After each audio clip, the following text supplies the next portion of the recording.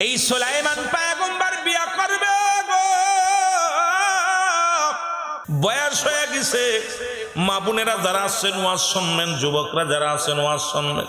বাদশা সুলাইমানের উজির ডাকতে বলে, হুজুর আপনার তো বয়স হয়ে গেছে, রাজ্য চালান, রাজ্য পরিচালনা করতে করতে সময় পার করে দিলেন।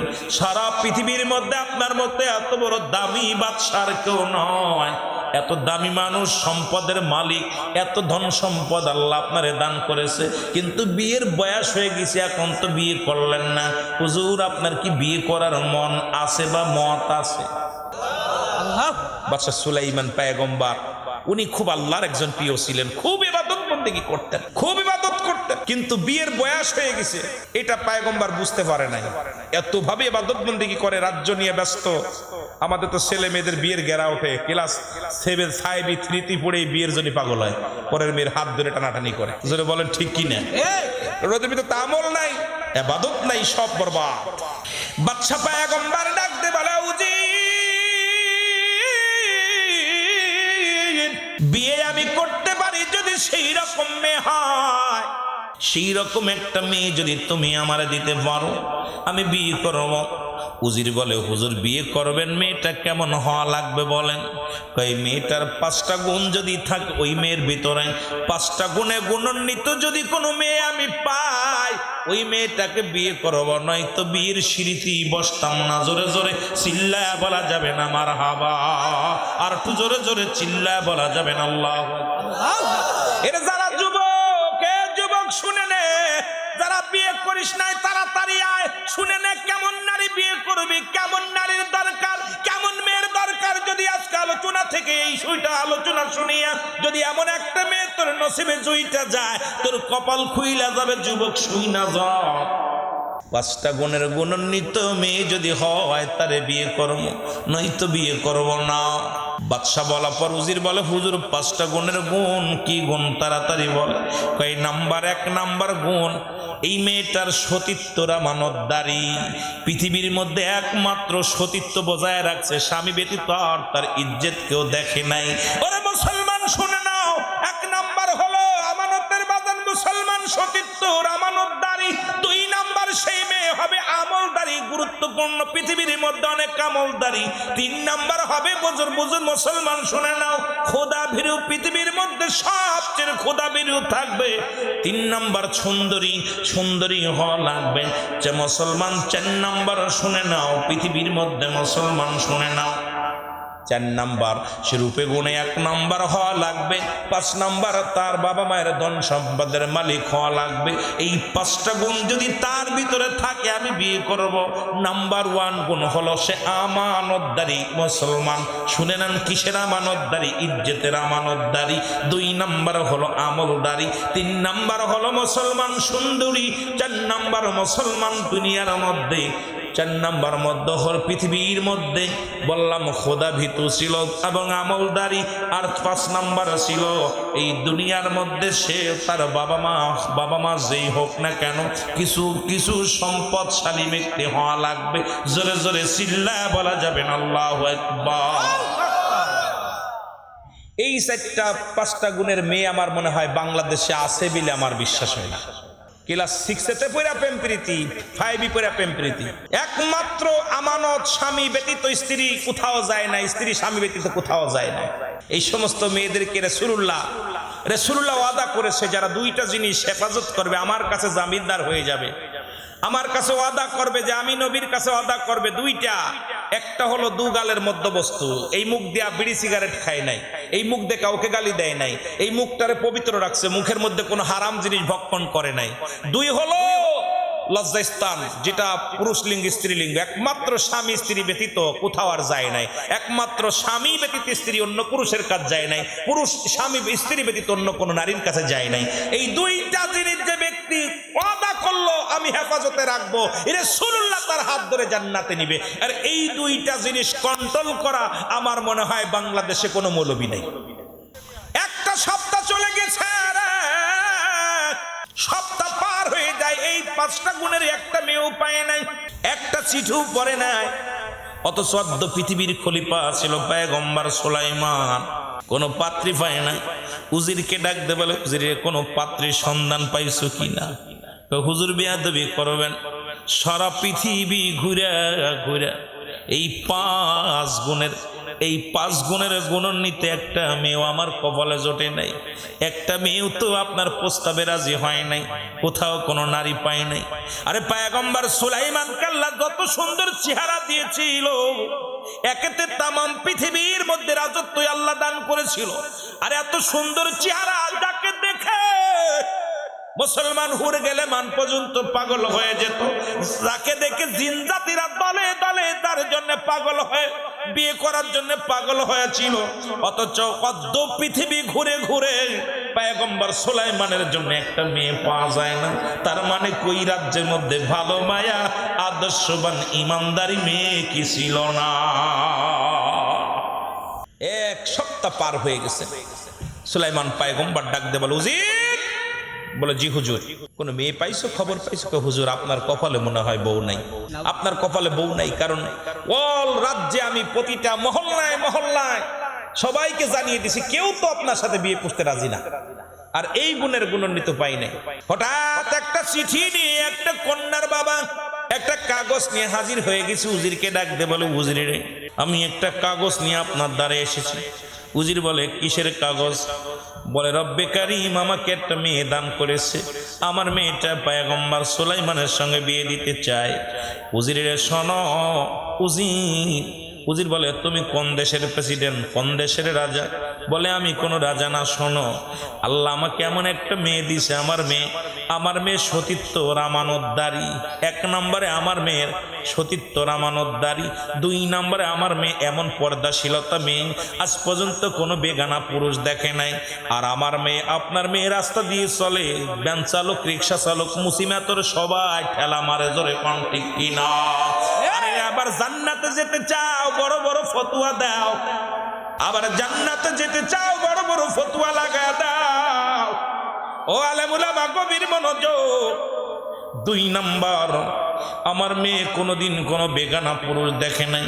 3 নাম্বার, আমার মেয়ে এমন আমলদারি, রাত জেগে জেগে কোরআনুল কারীম পড়ে, তাহাজ্জুদের নামাজ পড়ে। আমার মেয়ে এমন আমলদারি, আমার মেয়ের মতো আমলদারি আর কোথাও নাই। 3 নাম্বার চলে গেল। 4 নাম্বার, আমার মেয়ে পৃথিবীর মধ্যে এমন একটা মেয়ে, মন বলে তৎকালীন জামানার মধ্যে তো এত রূপবতী আমার মেয়ের মতো এত সুন্দরী এই রাজ্যে আর কেউ নাই। 4টা গুণ তো ফালাম, ঠিক আছে। 5 নাম্বার গুণটা বলো। মেয়ের বাবা কোন জমিদার? তুমি কোন জমিদার? হুজুর আমি কোন জমিদার না, কোন ধনী না, আমি একজন জেলে, আমি মাছ ধরে বিক্রি করি। সুলাইমান পয়গম্বর রাজ্যে বাস করি, আর ওই যে সমুদ্র, ওই সমুদ্র থেকে মাছ ধরি। আমার আল্লাহ রব্বুল আলামিন একটা মেয়ে দান করেছে, পয়গম্বর সুলাইমান বিয়ে করবে। ঘটনা যখন শুনেছি, আমার মেয়েটা ডাক দিয়ে বলেছে, বাবা গো, পয়গম্বর সুলাইমান যদি আমার স্বামী হয়, বাবা গো, বাবা আমার জীবনও ধন্য, আপনার জীবনও ধন্য। বাবা গো, আপনি যখন মারা যাবেন আপনার জামাই আপনার জানাজা পড়বে। বাবা গো, আপনি যখন মারা যাবেন আপনার জন্য আপনার জামাই দোয়া করবে। পৃথিবীর মধ্যে আপনি বড় ভাগ্যবান, আপনার জামাই হবে বড় একজন আলেম। আপনি বড় ভাগ্যবান, আপনার জামাই হবে একজন কামেল ব্যক্তি। আপনি বড় ভাগ্যবান গো বাবা, আপনার জামাই হবে একজন আল্লাহওয়ালা। এই কারণে আমার মেয়েটা বলছে, বাবা যান, যেহেতু আমি অল পৃথিবীর মধ্যে বর্তমান সব চাইতে সুন্দরী, বাবা গো যান, শুধু একটা গুণ আমাদের নাই, সেটা হলো ধন সম্পদ নাই। পয়গম্বর সুলাইমানের সঙ্গে যদি বিয়ে হয়, আমি নারীও ধন্য, কারণ একজন আল্লাহওয়ালা স্বামী পাবো। জোরে জোরে চিল্লায়া বলা যাবে না মারহাবা। আমার জানা মতে আমার বাড়ির কাছে এক নারী ছিল, সম্পর্কে আমাদের বোন হতো। কামেল মাদ্রাসা আর সহকারী প্রিন্সিপাল বিয়ে করতে এসে, সিয়ারা ছবি ভালো ছিল মেয়েটা।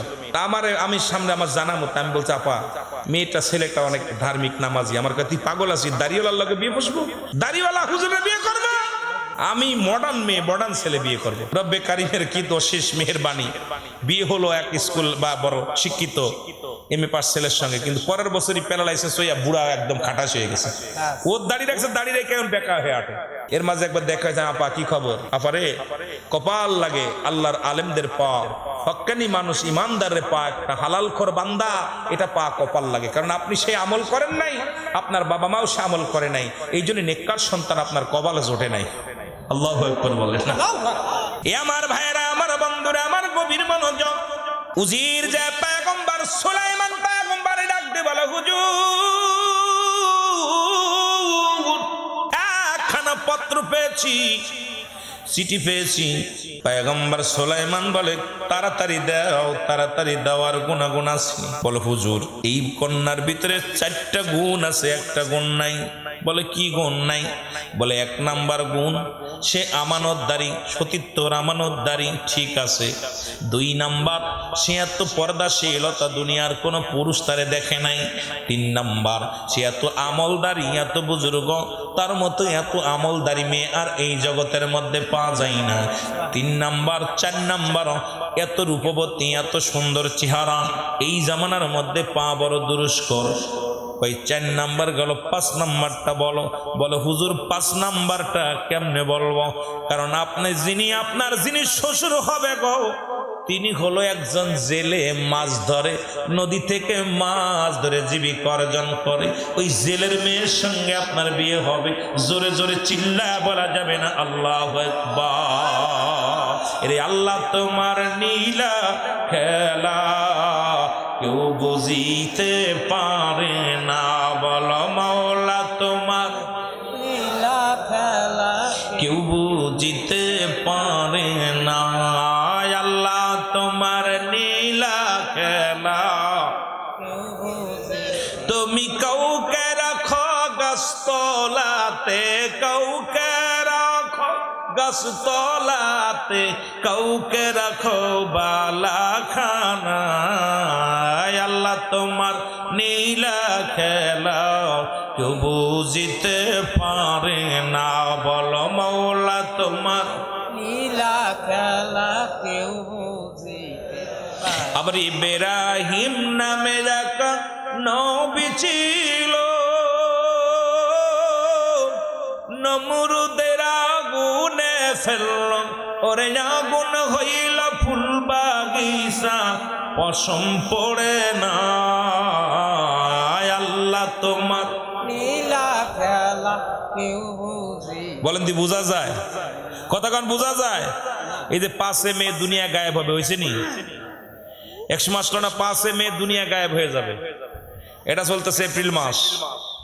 কয়েক বছর আগে রপ উঠে গেল, তখন আমি মনে হয় ক্লাসে 80 ছাত্র, 7 বা 80 ছাত্র। কত বন্ধু যে বিয়ে করলো, আইরে পাগল হয়ে সব 5 মে দুনিয়া গায়েব হবে। সব সব আপনারা শুনছিলেন না? 5 মে দুনিয়া গায়েব হবে। আর হয়েছে নি?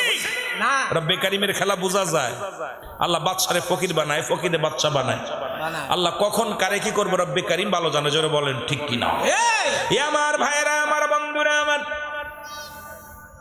সুলাইমান পয়গম্বর চিঠিখানা হাতের মধ্যে নিয়ে উজিরকে একটা ধমক দেয়া বলে, উজির আমি হলাম দেশের প্রেসিডেন্ট, আমি হলাম সুলাইমান পয়গম্বর, অদ্য পৃথিবীর খলিফা। তুমি কি করে ভাবলে একজন জেলের মেয়ের সঙ্গে আমার বিবাহ হবে?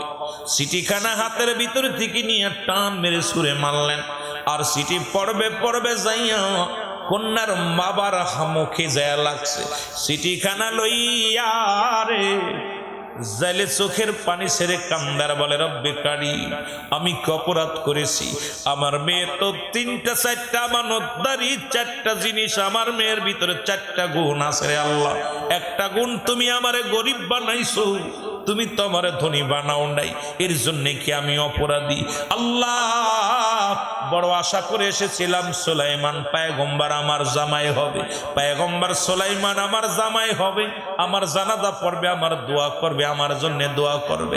আর এই পৃথিবীর মধ্যে আমি একজন আল্লাহ জামাই পাবো। আমার মাওলা সুলাইমান পয়গম্বর আমার সেই চিঠি সুখে আমার সুরে মানছে মুখের মধ্যে। রব্বে কারীম এই কথাটা আমি আমার মেয়ের কাছে কেমনে জানাইব? আমার মেয়ে যখন শুনতে পারবে বড় কষ্ট পাবে।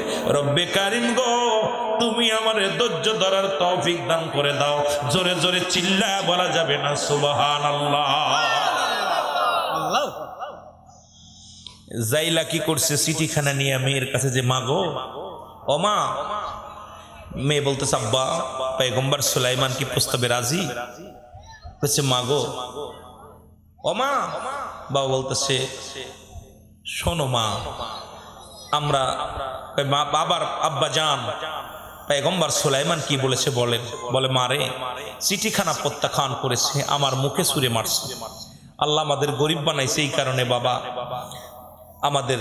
আপনার চিঠিখানা ফেরত দিছে। কয় মারে, চিঠিখানা ফেরত দিছে, আমার মুখে ছুঁড়ে মারছে। মেয়েটা ডাক দিয়ে বলে বাবা, আমি রব্বে কারিমের দরবারে শুকরিয়া আদায় করি ও আমার আব্বা জান, যে রব্বে কারিম আমারে গরিব বানাইছে। রব্বে কারিম এই দুনিয়ার মধ্যে আমার সুস্থ রাখছে। বাবা বিয়ে আমি করব না, আপনি টেনশন করেন না। রব্বে কারিম, আমি শুধু আপনার কথা আপনি যখন বলেছিলেন আমি একজন আমলদারি, আমি একজন ইমানদার জামাই চাই, এই জন্য আমি রাজি হয়েছিলাম গো বাবা। বাবা গো, আপনি কষ্ট পেন না, বিয়ে হয় নাই তাতে কি আসে যায় গো বাবা। আমিও জীবনে কোনোদিন বিয়ে করব না বাবা গো, আপনি চোখের পানিগুলো মুছে ফেলেন গো বাবা। মেয়ে ডাক দে বলার পর বাবাই ডাক দে বলে মারে, এক নাম্বার গুণ পৃথিবীর মধ্যে তুমি এমন একজন আমানতদারি, সতীত্বর আমানতদারি মা।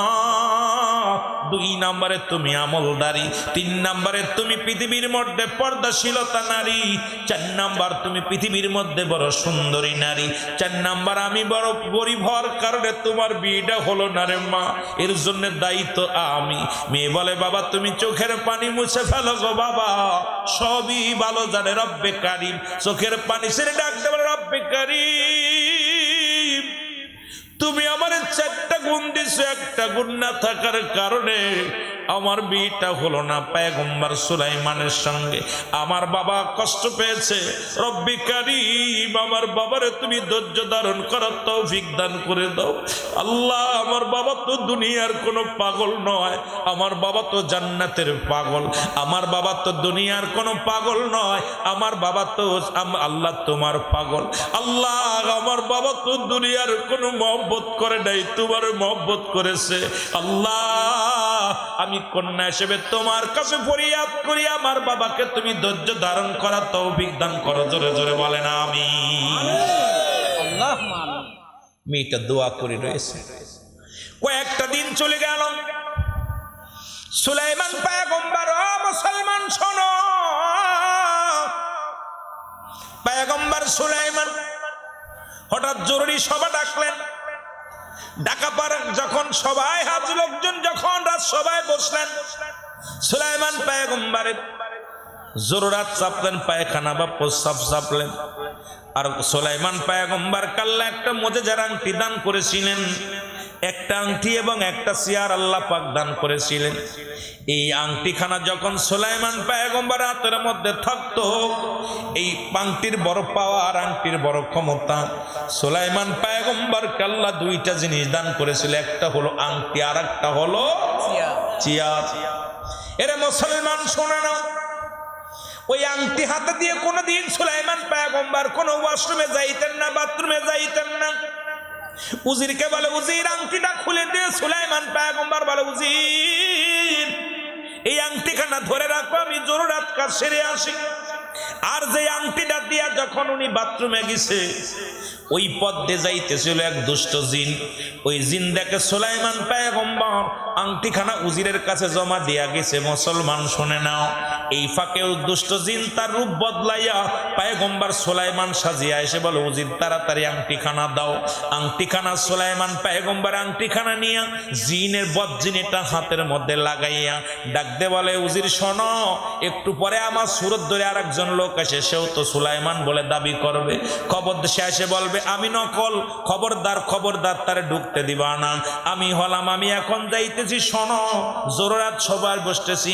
তবে ওই পয়গম্বর সুলাইমান দাবি করে যে লোকটা আসবে তাকে পিটাইয়া রাজ দরবার থেকে বিতাড়িত করে দিব, সেজন্য কোন রকম ওই রাজ দরবারে ঢুকতে না পারে। জোরে জোরে চিল্লায় বলো মারহাবা। আসল সুলাইমান নকল হয়ে গেছে।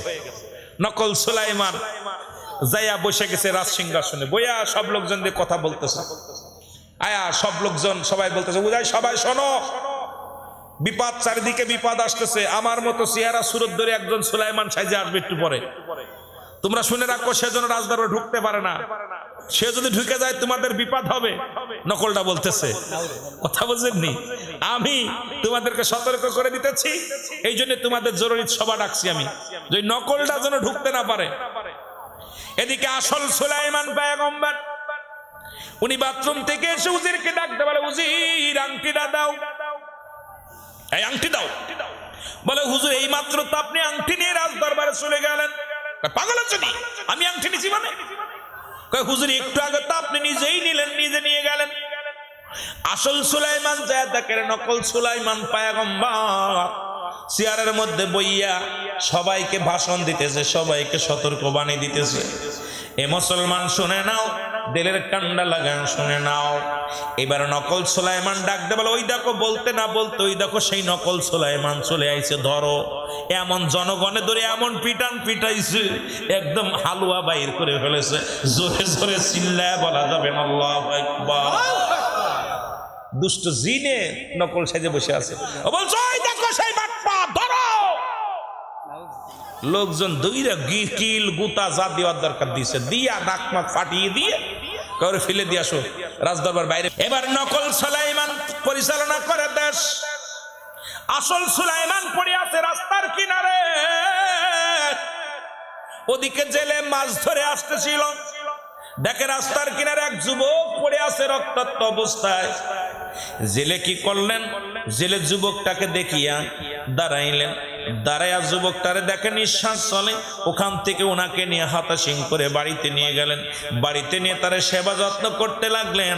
তারে অনেক সেবা যত্ন করতে করতে তার হুঁশ ফিরে পেল, কিন্তু তার স্মৃতিশক্তি আর মনে নাই, কারণ আংটি তো তার হাতের মধ্যে নেই, আংটি তো চলে গেছে নকল জায়গা। সুলাইমান পয়গম্বর কি করলেন? আসল পয়গম্বর যায় মাছ জালের ঘরে যায়, মুসলমান উঠছে ওই জালে প্রতিদিন মাছ ধরে। আর যেদিন ওই সুলাইমান পয়গম্বর ওই জালের বাড়িতে গেছে, ওদিন এত পরিমাণ জালে মাছ ধরেছে রে মুসলমান। সুলাইমান পয়গম্বরকে পাইয়া জালে বড় খুশি হয়েছে, আল্লাহ একজন ভালো যুবকরে আমার ঘরে উঠাইয়া দিছো, যারে আমার বাড়ি আসা পর আজকে দ্বিগুণ মাছ পেয়েছি, সুতরাং ভাগ্যবান এই যুবকরে আমি হাতছাড়া করব না। জোরে জোরে চিল্লায় বলা যাবে না মারহাবা। এইভাবে মাছ ধরে প্রতিদিন জেলেরে নিয়ে যায়, ওনারে পা পর মাছ ধরে। কিছুদিন যেতে যেতে বছর চলে গেল, 2 বছর চলে গেল। 2 বছর চলে যাওয়ার পর সুলাইমান পয়গম্বর পুরো সুস্থ। সুলাইমান পয়গম্বর বলে এবার কিছু স্মৃতি ফিরে পাইছে। কয় হুজুর আমি আর থাকবো না, আমি চলে যাব।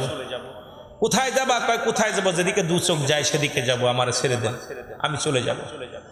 জেলে ডাকতে বলে, বাবা ও বাবা, একটা কথা বলবো আমি তোমারে পায় বড় ধন্য।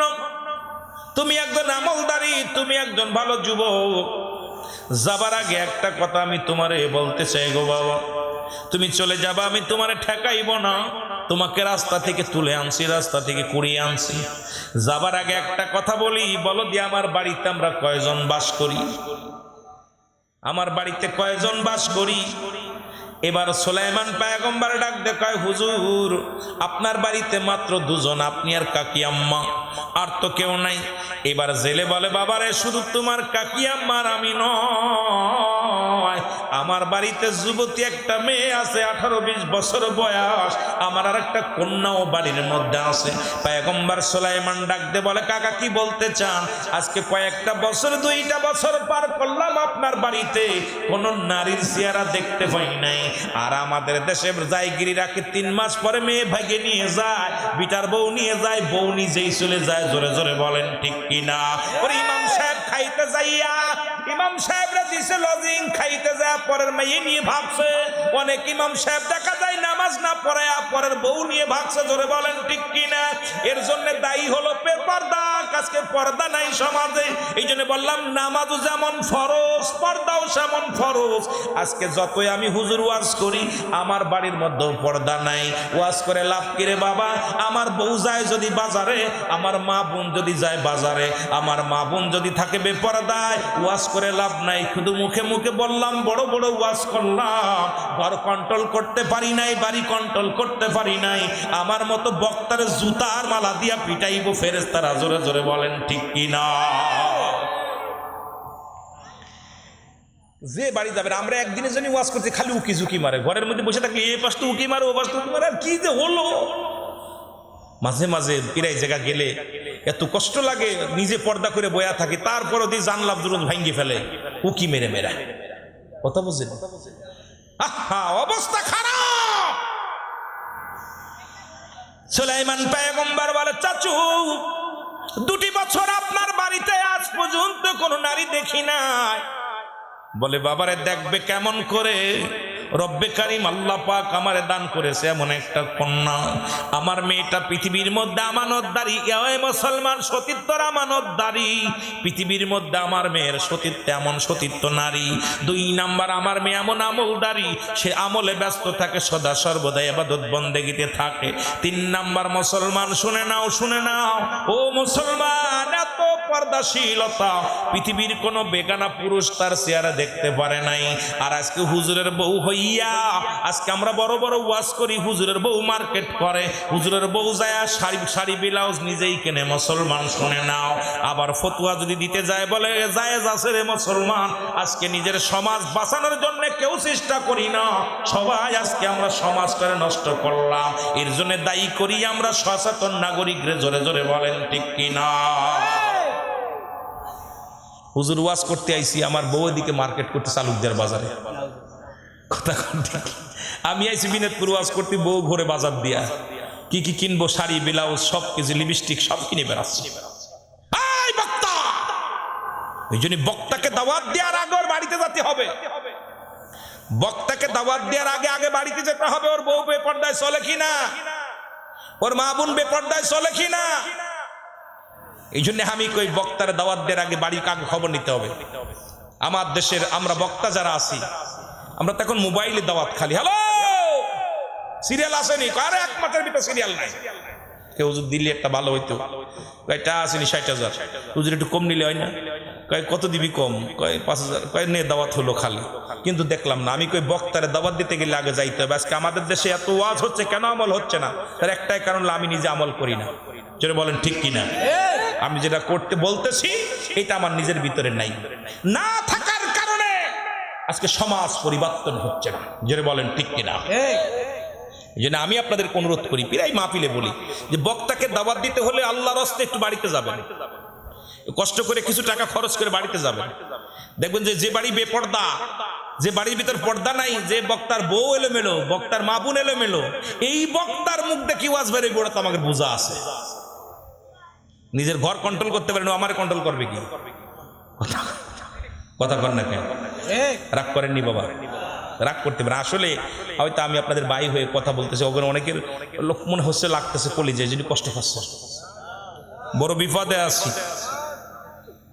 যেটা বলেন ঠিক কিনা? ও নবী দেখা যান, নবী দেখা যান রে, তামাম পৃথিবী ভইরা গেছে, সারা পৃথিবী ভইরা গেছে রাসূল ইবলিস ও শয়তান। নবী দেখা যান, ও নবী দেখা যান। মসজিদে আজান পড়িলে লোক যায় না জামাতে, টিভি আর সার মঞ্চে আসে সবই বসে, মনে হয় তারা স্থানী মুক্তি তর্ক করে সকলে। নবী দেখা যান, ও নবী দেখা যান। সার প্যান্ডেল আরে ওয়াজ চলে, ওরে তর্ক করো, ও তো তুই কি জানিস, তুই কি কি জানিস? বিড়ি টানে আর কয় তুই কি জানিস? ফতুয়া ওরে কয় সানি মুক্তি। কি মুক্তি? সানি মুক্তি কইছি এর মধ্যে। এই যে রাসূলকে বলে দেই কাজান গো নবী, আই রে নামাজে এক ওয়াক্ত পড়ে না, ফতুয়া দিয়ে ফাটিয়ে ফেলতেছে। নামাজের ধারে যাই নাই, শরীয়ত মানে না, ওর কত ফতুয়া জানে। আর অথচ একটা না করা পর্যন্ত কোনো মুক্তির ফতুয়া দেওয়ার এখতিয়ার নাই, কোন মুক্তির নাই। সে কামেল পাস করছে অথচ ফিকা পড়ে নাই, একটা করে নাই, ওর মতো মুক্তির কোনো ফতুয়া চলবে না। কিন্তু আমার দেশে ঘরে ঘরে মুক্তি, ঘরে ঘরে মুক্তি। ভ্যান চালকও মুক্তি, রিক্সা চালকও মুক্তি, পান সিগারেট হলো মুক্তি, যে চা খাইতেছে ও মুক্তি, যে দাঁড়ায় প্রসাব করছে ও মুক্তি। যেটা বলে ঠিক কি না? বিবাদ আছি না? ইমাম সাহেব রে কয় ইমাম সাহেব এটা করো না কেন? ইমাম সাহেব কয় ভাই বলি হয়েছে, কারণ চাকরি বাঁচানোর দরকার, কথা বুঝেননি? এক ইমাম সাহেব খুব গরম দিছে, দেওয়ার পর এক ওয়াক্ত নামাজ কাজা গেছে, কই এই মাসের এক ওয়াক্ত নামাজের টাকা কেটে নিছে, 500 টাকা মাইনাস করছে। কই ইমাম সাহেব, কইছি কই আপনি এক ওয়াক্ত নামাজ কাজা দিয়েছেন, 500 টাকা মাইনাস। ইমাম সাহেব কয় আমি জানতাম যে আপনি মাইনাস করবেন, এই জন্য আমি ওই পুরো মাসটায় বিনা অজিতে নামাজ পড়াইছি। আপনার আর কি ফাঁকি দিবেন? 500 ফাঁকি দিয়েছেন, আমি সবই ফাঁকি দিছি। তাই দেশের অবস্থায় 500 টাকা মাইনাস করেছেন, আমি তো সবই মাইনাস করে দিচ্ছি, আপনাদের বরবাদ করে দিচ্ছি, ওযু ছাড়া নামাজ পড়াইছি। যারা বলেন ঠিক কিনা? অবস্থা খুব খারাপ, কষ্ট হচ্ছে আপনাদের। একটু মহব্বতে বলেন নবী দেখা যান, ও নবী দেখা যান। এর তামাম পৃথিবী বইরা গেছে, সারা পৃথিবী বইরা গেছে, রাসূলি ইবলিস শয়তান, নবী দেখা যান, ও নবী দেখা যান। কেউ বা আছে মন্দিরেতে, কেউ বা আছে গানে, মসজিদেতে আজান পড়িলে লোক যায় না জামাতে। আরে মসজিদেতে আজান পড়িলে লোক যায় না জামাতে। বেপরদায়ার বেহনারি, বেপরদায়ার বেহনারি আইসে ঘরে ঘরে, নবী ঢুকছে ঘরে ঘরে, নবী দেখা যান, ও নবী দেখা যান গো। ওরে সারা পৃথিবী বইরা গেছে, তামাম পৃথিবী বইরা গেছে, ইবলিস শয়তান, নবী দেখা যান, ও নবী দেখা যান গো। আপনি দেখা যান, ও নবী দেখা যান। উচিত কথা বললেই বিপদ, মিথ্যার সরাসরি, সত্য গেছে বিলুপ্ত হইয়া বিপদে পড়ছি আমি। ওরে সত্য গেছে বিলুপ্ত হইয়া বিপদে পড়ছি আমি। ওরে এই পৃথিবীর মাঝে আদি সবাই দেখি ধোঁকা বাস, নবী দেখা যান, ও নবী দেখা যান গো। ওরে সারা পৃথিবী বইরা গেছে, তামাম পৃথিবী বইরা গেছে, ইবলিস শয়তান, নবী দেখা যান, ও নবী দেখা যান গো। কি যে দুনিয়ার মধ্যে আসছে রে ভাই, বড় ঘোর বিপদের মধ্যে আছে এ দুনিয়ার মুসলমান।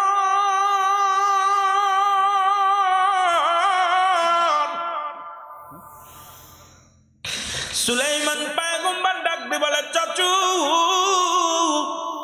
2টি বছর আপনার বাড়িতে রইলাম, আল্লাহর কসম করে বলি একদিন তো কোনো নারী দেখতে পাই নাই।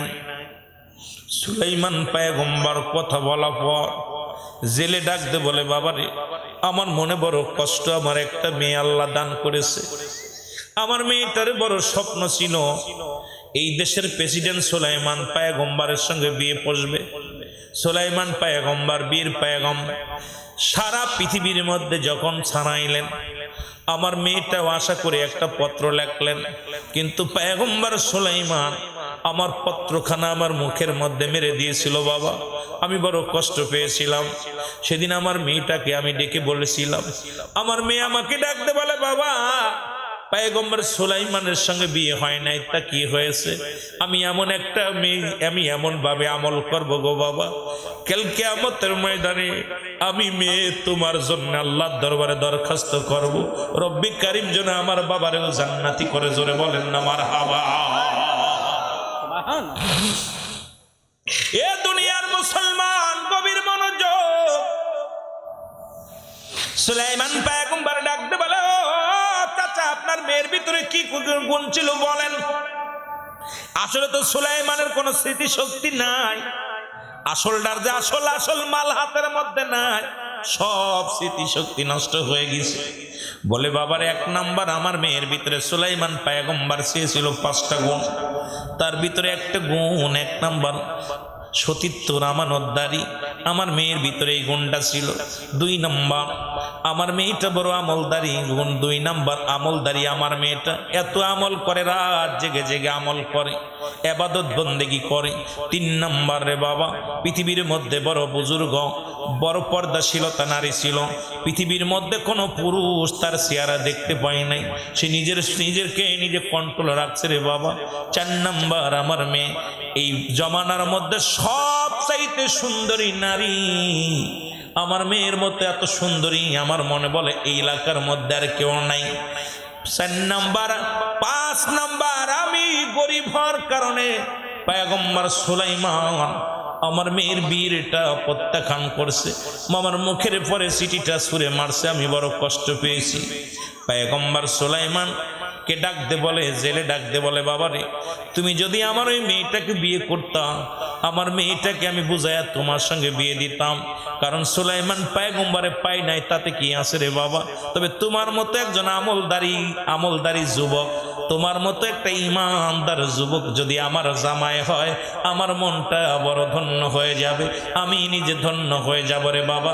তুমি যদি আমার মেয়েটাকে বিয়ে করতাম, আমি তোমার সঙ্গে বিয়ে দিতাম। জোরে জোরে চিল্লা বলা যাবে না সুবহানাল্লাহ। আরে আর আমরা খুঁজি দাঁড়ায় প্রসাব করে যারে। একটা মেয়ে হলে একটা জান্নাত, সেই মেয়েরে সেই রকম বানাইতে হবে। আর একজন রিক্সা চালকের লাগে মেয়ে দাও, ভ্যান চালকের লাগে মেয়ে বিয়ে দাও, দুঃখ নাই। হালাল খোর বান্দার হাতে দাও, নামাজি বান্দার হাতে দাও। একজন সুদখোর, ঘুষখোর, জিনাখোরের লাগে মেয়ে দিও না। মেয়ে প্রয়োজন হলে সারা জীবন বসায় রাখো বাড়ি। আর এখন তার বিয়ে দিয়া লাগতেছে না, এখন আমি এখন বউ হয়েছি, বাবার মেয়ে নয়। জোরে বলেন ঠিক কিনা? ওরা এখন হাত ধরে বিনোদপুর হাই স্কুলে আসলেই দেখা যায় 9-8 হারায় যায়, 10 হারায় যায়, 8 হারায় যায়। বাবা বড় হাই উতাস করে, আয় কষ্ট পায়। জোরে বলেন ঠিক কিনা?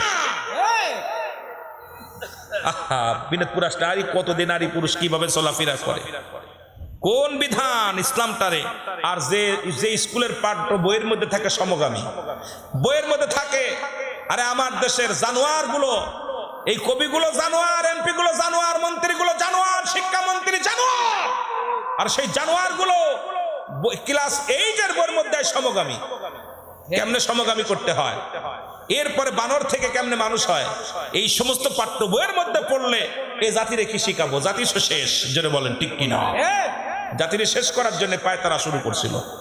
এই জন্য বাবা আমাদের পাঠ্য বই আমরা ছোটবেলা পড়েছি, যে পড়াগুলো পড়েছি, আল্লাহ তুমি রিজিক দাতা, নাম তাই রাজাক, সব প্রাণীকে দাও গরুজি, দাও তাই খরাক, তোমার তরি তোমার গানে জেগে উঠে বড় বিয়ানে, বিলে ঝিলে মাঠে রুজি পাই যে পাখির ঝাঁক, মৌমাছিরা গুনগুনিয়ে যাই যে কাজে গান শুনিয়ে, পিঁপড়ারা পায় খুঁজে আহার কঠিন শ্রমে ময়দানে। আর ডান দিকে তেরে খাটেনে, বাম দিকে তে যা, নিচে একটা নুক্তা দিলি হয়ে গেল বা।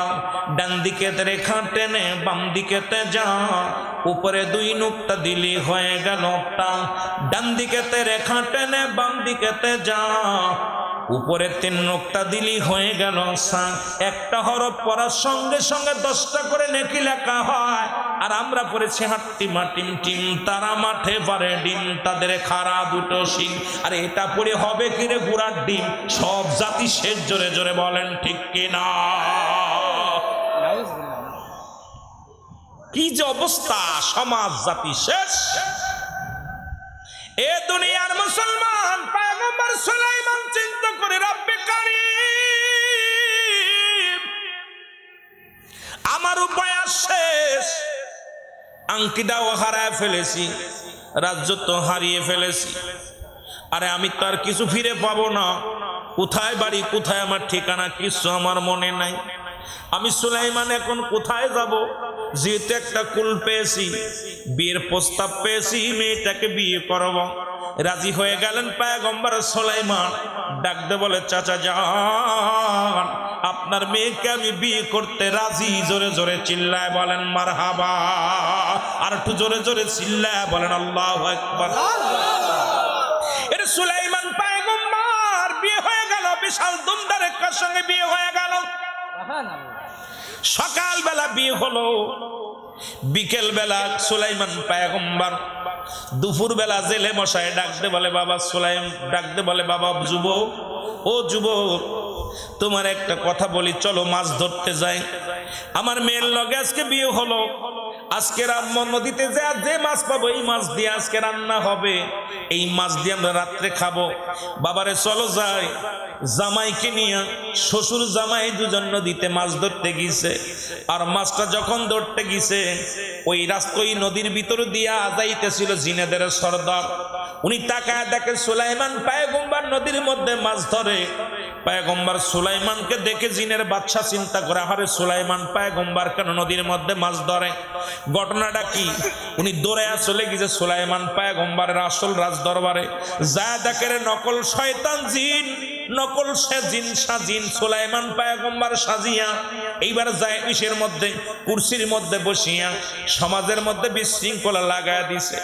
প্রজাদেরকে ডাকতে বলে, প্রজারা তোমাদের পয়গম্বর সুলাইমান কেমন লোক? বলে, আমাদের সুলাইমান পয়গম্বর কি হয়েছে? আজ 2 বছর এত আমাদের অত্যাচার করে, মানুষদেরকে মারে, চোরকে ধরে বসতে দেয়, ভালো মানুষটারে জেলে ভরে, বিচার আচার অসব উল্টা পাল্টা করে, কারোর লগে কথা বলে না। পয়গম্বর সুলাইমান এসে কিছুক্ষণ বসে, বাকি সময় কোথায় তাকে বলতে পারি না। সুলাইমান পয়গম্বর এই কথা শুনিয়া মুসলমান জিনের বাদশা দৌড়ে গেছে, যায় দেখে জিনের সদাই দুষ্ট জিন ওই চেয়ারের মধ্যে বসে আছে। সঙ্গে সঙ্গে জিনের বাদশা ডাক দেয়, দাঁড়া বদমাইশ। এবার তরবারি নিয়ে যখন দাবড় দিছে, মুসলমান নকল সুলাইমান বাচ মুসলমান করতেছিলাম জিনেদের বদজিন এবার উড়াল দিয়ে রওনা দিছে। রওনা দিয়ে এত জোরে দৌড় শুরু করেছে, পিছন থেকে জিনের বাদশা দাবড় শুরু করছে। আর উনি দৌড়াইতেছে, দৌড়াইতে দৌড়াইতে নদীর ভিতরে যায়, আংটিখানা হাত থেকে পড়ে গেছে। আংটিখানা যখন পানির মধ্যে পড়ছে, আর আংটিখানা একটা মাছে খেয়ে ফেলে। জোরে জোরে চিল্লায়া বলা যাবে না সুবহানাল্লাহ। এরা দুষ্ট জিনের হাত থেকে যখন আংটিখানা পড়ে গেছে, বড় লম্বা আলোচনার বাবা আছে, তো 12টা পার হয়ে গেছে। আরে কাম 12:30 পার হয়ে গেছে। এত বড় ওয়াজ করতে গেলে আরো 3 ঘন্টা দরকার। কথা বুঝছেন? তাড়াতাড়ি যত শেষ করা যায়। এরা জিনটা যখন হাত থেকে জিনের হাত থেকে আংটি পড়ে গেছে, এই আংটি একটা মাছে খেয়েছে। সুলাইমান পয়গম্বর যে জাল পেতেছে, আংটিটা সেই যে মাছে খেয়েছে সেই মাছটাই যে বিশাল বড় এক মাছ। আর ওই জালের মধ্যে যে এটা গেছে, জাল যখন উঠাইছে, পয়গম্বর সুলাইমানের জেলে যখন মাছটা পেয়ে বড় খুশি হয়েছে, ডাকতে বলে, জামাই আমি বড় লাখব, আমি বড় ভাগ্যবান, তোমার মতো জামাই পেয়েছি। আর আজকে সমুদ্রে সাগরের বড় মাছটা আমার জালে পড়েছে, আজকে আর মাছ ধরবো না। চলো বাবা, এই মাছটা নিয়ে আমরা বাড়ি যাব, রান্না করবো, আমার মেয়ে রান্না করবে, সবাই প্রাণ ভরে খাবো, আনন্দের খাবো। মাছটা নিয়ে বাড়ি আসলেন। ডাকতে বলে, মেয়েরে মা, তোমার নতুন জামাইকে তুমি মাছটা ভুনে সুন্দর করে দিবা গো মা। তোমার হাতের প্রথম খানা আমার জামাই খাবে, তোমার হাতের খানা আমিও খাবো বাবা। আজকে তোমার হাতের খানা খায় ইবাদত বন্দেগীর মধ্যে কাটাইব। মেয়েটা যখন মাছটা নিয়ে কাটতে গেছে, আর যখনই কাটার সঙ্গে সঙ্গে ভিতরে থেকে একটা আংটি বাইর হয়ে গেছে। আংটিটা দেখিয়া মেয়েটা হাতের মধ্যে নিয়ে চিন্তা করে, আল্লাহ আমার বাবা তো গরিব মানুষ, আজকে আমার স্বামীর সঙ্গে বাসর হবে, আজকে বাসর রাত্রে এই আংটিখানা আমার স্বামীর আমি উপহার দিব, আমার স্বামী পায়া বড় খুশি হবে।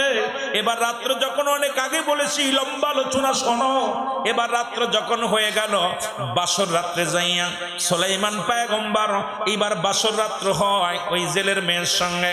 জেলের মেয়েটা ডাকতে বলে, জেলের মেয়েকে ডাকতে বলে, পয়গম্বর সুলাইমান, মেরে ও আমার বিবি, তোমার কাছে জানতে চাই দুনিয়ার মধ্যে তুমি কাউকে ভালোবাসতেছিলে, ভালোবাসছো কি না বলো। মেয়েটা ডাকতে বলে, ও আমার স্বামী, জীবনে ভালোবেসে ফেলেছিলাম একটা ছেলেকে, সেই ছেলেটা হলো পয়গম্বর সুলাইমান।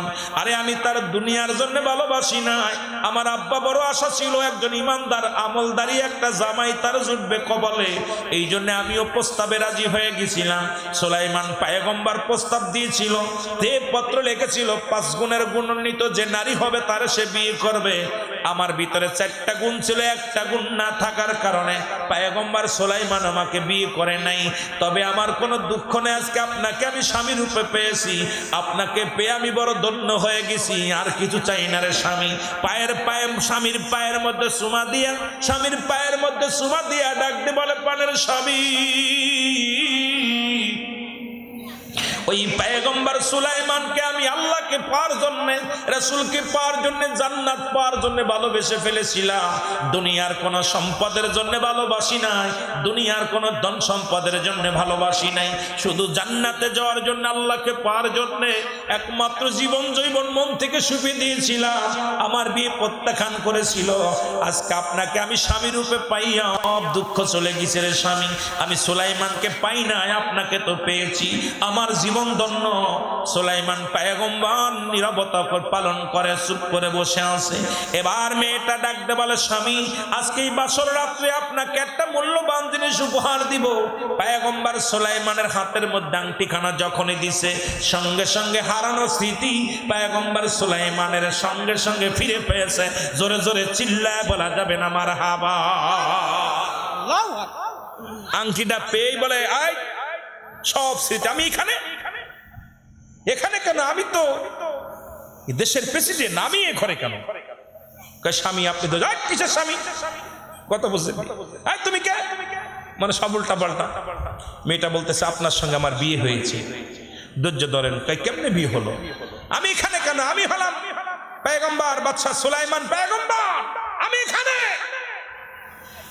স্বামী আপনি আসতে বলেন, আমি আপনার বিবাহিত স্ত্রী, আপনি আমার স্বামী, আমার বাবা জেলে। তখনই চোখের পানি ছেড়ে পয়গম্বর সুলাইমান বিবির হাতটা ধরে চোখের পানি ছেড়ে দিয়ে বলে, বিবি রে, আমি অহংকার করেছিলাম, আমার ভিতরে অহংকার হয়েছিল। তুমি যে আল্লাহকে, আল্লাহ রাসূলকে পাওয়ার জন্য আমাকে সাধনা করেছিলে, রব্বে কারীম আমাকে মিলাইয়া দিছে, তবে কোন ভাবে রে বিবি, আমাকে দিয়া তোমার বাড়িতে এনে তোমার সঙ্গে আমি সুলাইমান, আমি সে আসল সুলাইমান পয়গম্বর। বিবি, তোমার চা সত্য হয়েছে, তুমি রব্বে কারীমের কাছে চেয়েছিলে আমাকে একমাত্র আল্লাহকে পাওয়ার জন্য, রাসূলকে পাওয়ার জন্য, জান্নাত পাওয়ার জন্য। ও বিবি, তুমি আমার আংটি ফেরত দিছো, আমি সব ফিরে পেয়েছি, চলো। জেলে এসে দেখে আসল সুলাইমান পয়গম্বর ঘরের মধ্যে। আমার বাবারা, জেলে তত্তর করে কাঁপতেছে, ডাক দে বলে, শ্বশুর মশাই আপনি কাঁদছেন কেন? আব্বা জান, আল্লাহ আপনার আশা পুরা করেছে, আপনার মনের বাসনা পুরা করেছে। আমার অহংকার অহমিকা হওয়ার কারণে, আমার ভিতরে তাকাব্বুরি হওয়ার কারণে আমার সব কিছু কেড়ে নিয়েছিল আমার আল্লাহ, আবার আমার বিবির ওসিলায় রব্বে কারীম আমাকে সব ফিরিয়ে দিছে। জোরে জোরে বলেন মারহাবা, আর একটু জোরে বলেন মারহাবা।